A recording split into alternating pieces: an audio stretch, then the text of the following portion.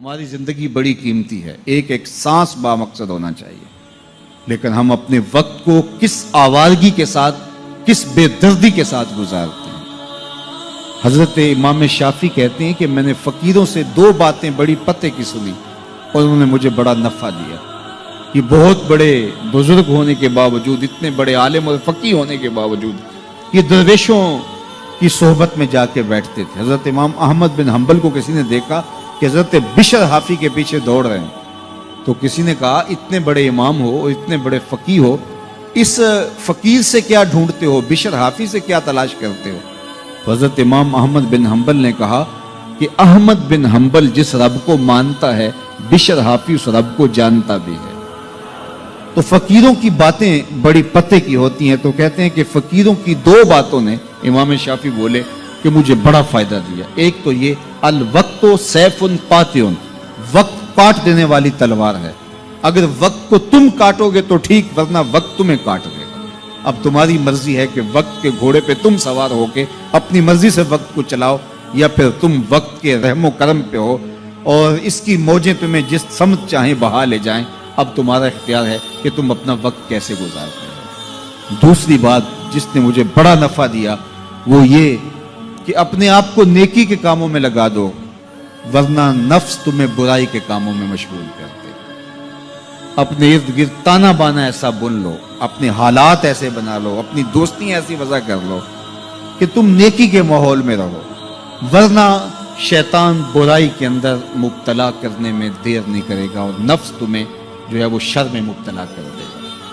تو فرمایا کہ کسی شخص کے اسلام کا حسن یہ ہے کہ وہ بے مقصد کاموں کو چھوڑ دے۔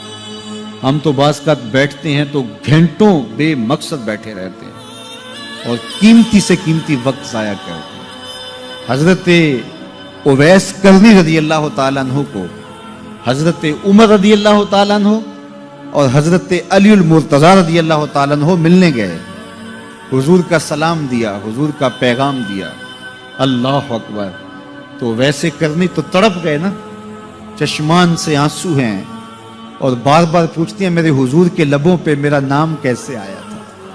حضور نے کہا تھا نا کوئی اویس بن عامر کو ملے اور میرا سلام دے اور اس سے کہے کہ میری امت کی بخشش کی دعا کرے، اللہ اکبر۔ تو یہ ملنے گئے حضور کی وصیت اور حکم کے مطابق، حضور کا سلام دیا، تو یہ بار بار کہتے تھے حضور کے لبوں پہ میرا نام کیسے آیا، اللہ اکبر۔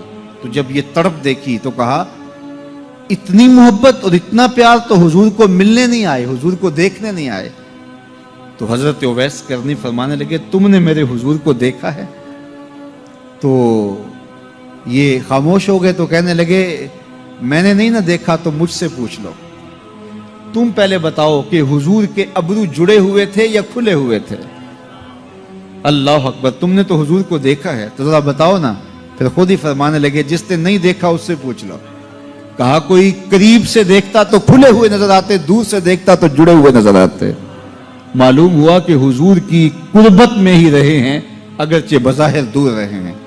تو یہ اتنے جلیل القدر صحابی ملنے گئے، کچھ دیر باتیں کی، اس کے بعد حضرت اویس کرنی نے ہاتھ بڑھا دیے، کہا اچھا آپ نے بھی آخرت کی تیاری کرنی ہوگی، میں نے بھی کرنی، اچھا حشر کو ملیں گے۔ اللہ اکبر۔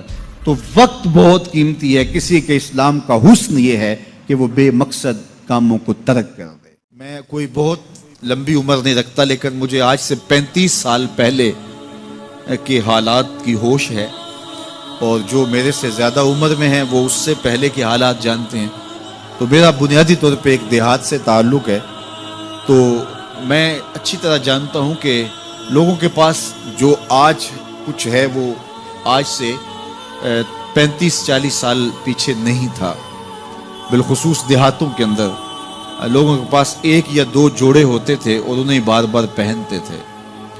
کسی شادی یا بیاہ کے موقع پہ جانا ہوتا تو بعض اوقات کسی سے وہ لباس یا جوتے مانگ کے لے کے جاتے۔ مجھے اچھی طرح یاد ہے کہ اس زمانے میں لوگ اپنے کندھے پر ایک کپڑا رکھا کرتے تھے، اور شادی پر اگر کسی نے جانا ہوتا تو جس کا کپڑا بہت اچھا ہوتا تو اس سے وہ مانگ لیا کرتے تھے کہ میں نے ذرا شادی پہ جانا ہے۔ بڑے بھائی کے جوتے پہن لیا کرتے تھے، اور اسی طرح گزر ہوتا تھا۔ کبھی کوئی شکوہ زبان میں پیدا نہیں ہوا تھا، اور لوگوں کے شکستہ سے کچے گھر ہوتے تھے، اور گھر کے صحن میں ایک درخت ہوتا تھا، دوپہر وہاں کاٹ لیتے تھے۔ اکثر لوگ دوپہر کا کھانا تیار نہیں کرتے ہوتے تھے، دودھ پی کر کے ہی گزارا کر لیتے تھے، صبح کو ناشتہ اور شام کو کھانا ہوتا تھا، لیکن اس کے باوجود اللہ کا شکر کیا کرتے تھے۔ یہ پچھلے دن میں گزرا تو دیکھا کہ بچے کھیل رہے ہیں اور غبارے پھوڑ رہے ہیں، اور جب غبارہ پھٹتا ہے نا تو بچے خوش ہوتے ہیں، کہہ لگاتے ہیں۔ پھر دوسرا غبارہ ہے، وہ اس سے کھیلنے لگ جاتے ہیں، اور پھر جب وہ پھٹتا ہے تو پھر خوش ہوتے ہیں۔ تو میں ذرا رک گیا اور اس منظر کو دیکھنے لگا، اور پھر میں نے کہا کہ غبارہ پھٹتا ہے تو یہ بچے خوش ہوتے ہیں، لیکن جب ہمارا زمانہ ہوتا تھا، جب ہم بچے تھے تو غبارہ پھٹتا تھا، ہم رونے لگ جاتے تھے، کیونکہ کھیل ہی ختم ہو جاتا تھا۔ ایک ہی غبارہ ہوتا تھا 5-6 بچوں کے پاس، اور غبارہ پھٹ گیا تو کھیل ختم، تو سارے رونے لگ جاتے تھے۔ اور اب یہ غبارے پہ غبارہ پھوڑ رہے ہیں اور خوش ہو رہے ہیں، تو کہاں سے کہاں ہم آ پہنچے۔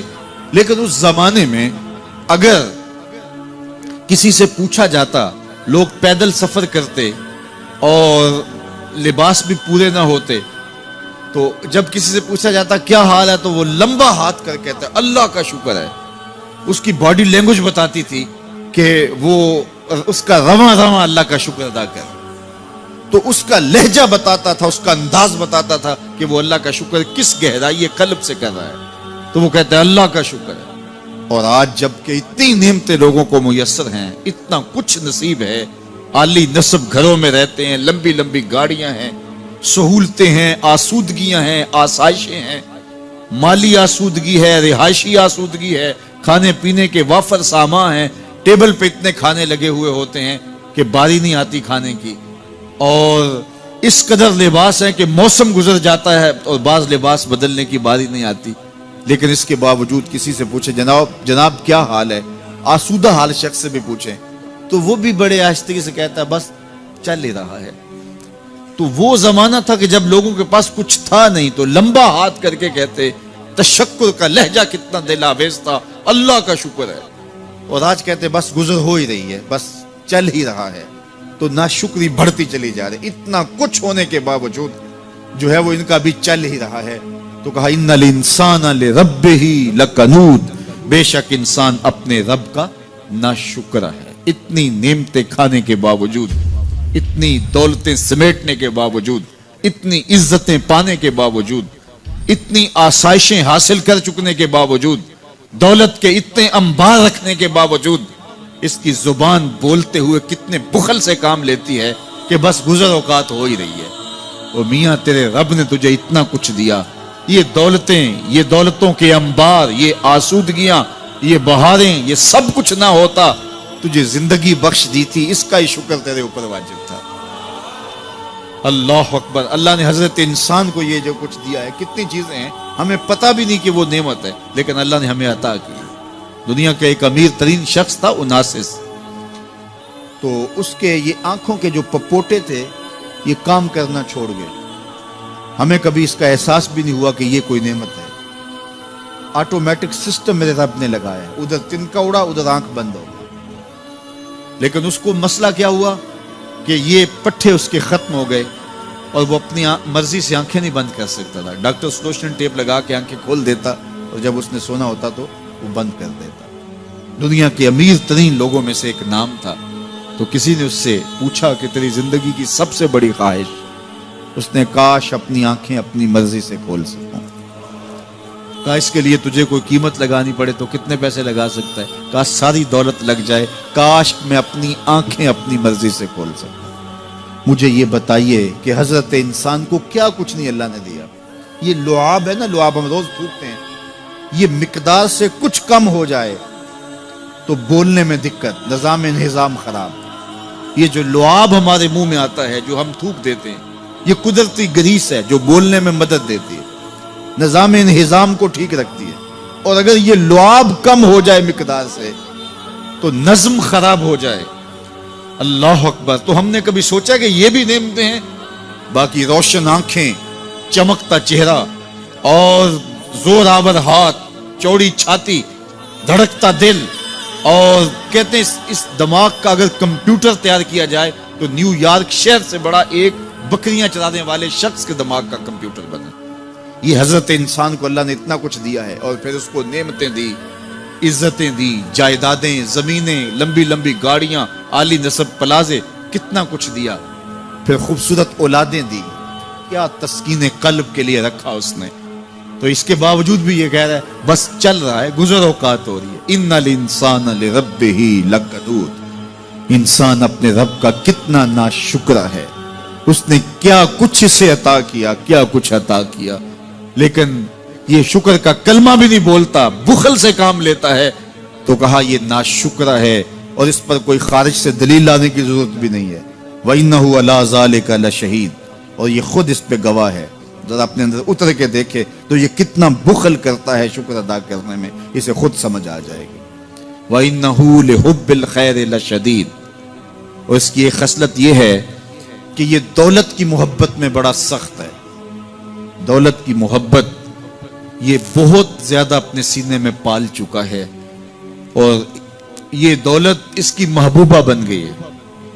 دولت تو اس کی ضرورت ہونی چاہیے تھی، لیکن اس نے اس کو اپنی محبوبہ بنا لیا۔ وَإِنَّهُ لِحُبِّ الْخَيْرِ لَشَدِيدٌ، اس کو محبت زر شدت سے ہو گئی ہے، صبح سے شام تک اس کا وظیفہ ہی یہی ہے، اس کی زندگی کے اندر منصوبے یہ چلتے ہیں۔ اللہ نے اتنا نوازا ہوا ہے، اس کی ساری زندگی آسودگی سے گزر سکتی جتنا اس کے پاس موجود ہے، لیکن اس کے باوجود ہر وقت اس کے دماغ کے فیتے پہ یہی چلتا ہے، اور یہی کہانی چلتی ہے، یہ زیادہ کیسے ہو، یہ زیادہ کیسے ہو، یہ زیادہ کیسے ہو۔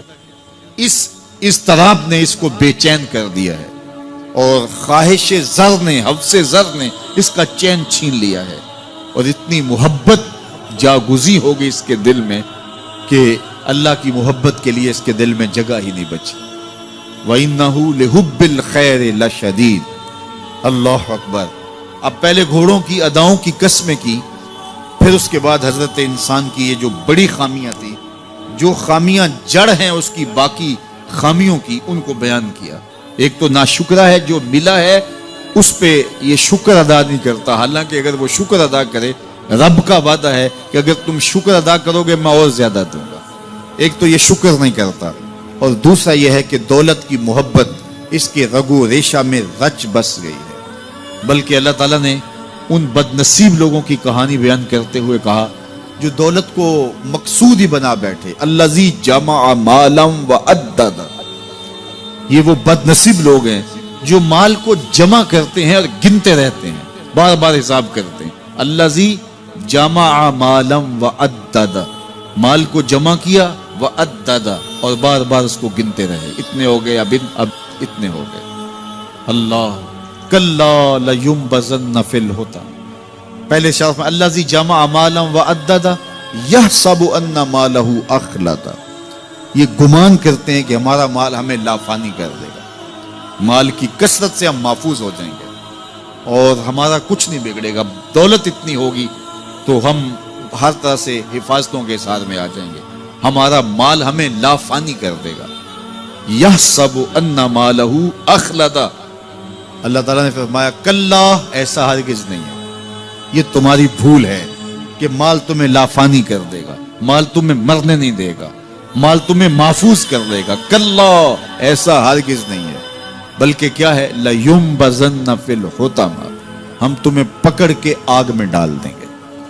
لَيُنبَذَنَّ کے لفظ پہ اگر غور کیا جائے تو عربی میں جب ان کا جوتا پرانا ہو جاتا تو پرانا جوتا جب پہننے کے بھی قابل نہ رہتا تو اس کو اتار کے ایسے حقارت سے پہنتے، اور اس کے لیے لفظ استعمال کرتے نبذت النال، میں نے جوتا پھینک دیا، وہ جوتا جو پاؤں میں ڈالنے کے بھی قابل نہ رہے اور اتنا پرانا ہو جائے کہ اس کو اب جو ہے وہ مزید مرمت بھی نہ کروانا ممکن ہو، تو اس کو پھر پھینکا جاتا ہے، اور پھر اس کو وہ حقارت سے پھینکتے ہیں، اور وہ جوتا چلتے ہوئے تنگ کرتا ہے تو پھر اس کو اتار کے حقارت سے رب پھینک دیتے ہیں، تو اس کے لیے لفظ بولتے ہیں نبذت النال، میں نے جوتا پھینک دیا، حقارت سے پھینکنے کو نبض کہتے ہیں، اور یہی لفظ اللہ تعالیٰ جل شانہ نے فرمایا کلا لینبذن فی الحطمہ، اے اہل عرب، جس طرح تم جوتا پرانا حقارت سے پھینکتے ہو، ہم حقارت سے تمہیں آگ میں ڈال دیں گے۔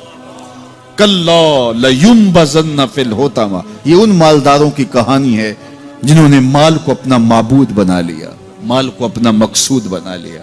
مال مال مال، ہر قدر پامال کر دی، ہر قدر کی قربانی دے دی مال کے بدلے، اور مال ہی ان کا مقصود بن گیا. اور یہ سمجھے کہ یہ مال جو ہے وہ ان کو لافانی کر دے گا، ان کو مرنے نہیں دے گا، ان کے لیے حفاظتی حصار بن جائے گا.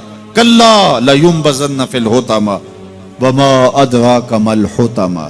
اللہ فرماتا ہے جانتے ہو جس حطمہ میں، جس آگ میں تمہیں ڈالا جائے گا وہ آگ کیا ہے؟ مل حطمہ، کیا تمہیں پتا ہے وہ حطمہ کیا ہے؟ پھر خود فرمایا نار اللہ الموقدۃ التی تطلع علی الافئدہ. یہ اللہ کی جلائی ہوئی آگ ہے جو دل کھا جائے گی، جو کلیجے چاٹ جائے گی. تو حب زر، یہ حب دولت اور حب دنیا، یہ تمام برائیوں کی جڑ ہے. تو اس لیے اپنے اندر سے محبت زر کو نکالنے کی کوشش کیجئے اگر کہیں آپ کو داخل ہوتی محسوس ہو رہی ہے. اور حب دولت کو نکالنے کے لیے زکوٰۃ، صدقات، اسلام نے ہمیں یہ نظم دی ہے.